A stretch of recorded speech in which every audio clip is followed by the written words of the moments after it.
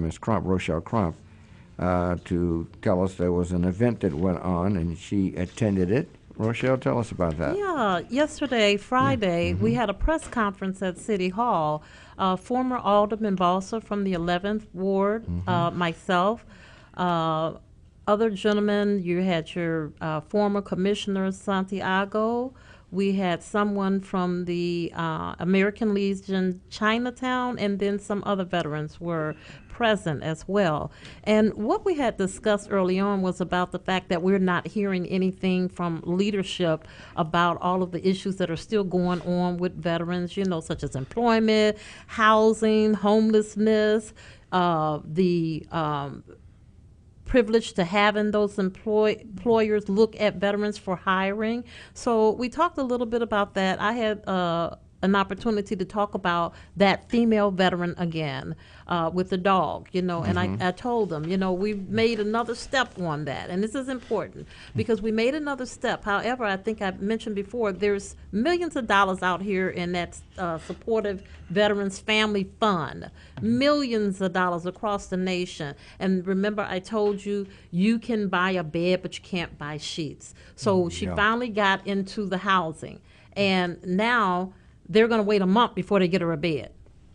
So all this funding out here, and now we have to wait for a bed. So then we also need to know, okay, we know we have to buy sheets because they don't buy sheets with the money. So we talked a little bit about that, and we talked about also the organizations that are losing their property based on the property taxes. Montford Point Marine Association, the home of the first African American Marines. Right. They've been in existence for years. They actually have their own facility. Now they're going to lose that facility because someone bought the taxes.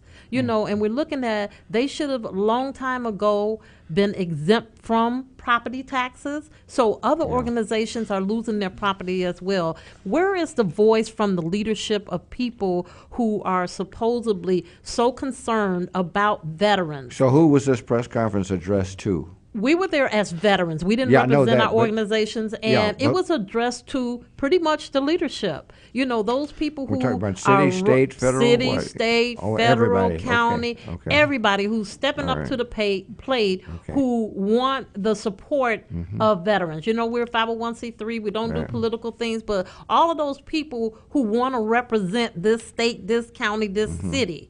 You know, you need to have some voice on veterans, the veterans platform. Like we're talking about homeless all the time. We're still dealing with the fact that we don't have an emergency service program for veterans who basically have chronic homelessness because they're not going to stay in that bureaucracy of a stage thing where you have to follow orders and you have to do certain things. They're not going to be there like that. Well, that's good. Mental health just does not do that.